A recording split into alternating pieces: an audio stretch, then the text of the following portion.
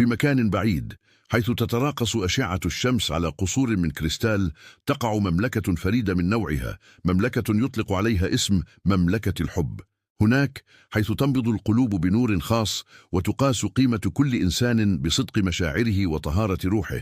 كانت ليلى فتاة بسيطة من عامة الشعب تعيش حياة هادئة في أحد أحياء المملكة. تميزت بقلبها النقي وروحها الصافية، حتى أن الطيور كانت تحط على كتفيها كلما مرت في الطرقات.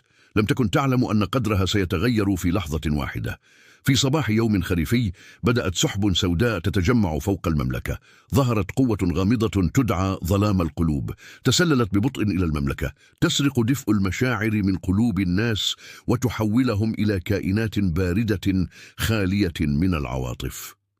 في قمة الجبل الكريستالي واجهت ليلى الحقيقة المذهلة. اكتشفت أن ظلام القلوب ليس قوة خارجية، بل هو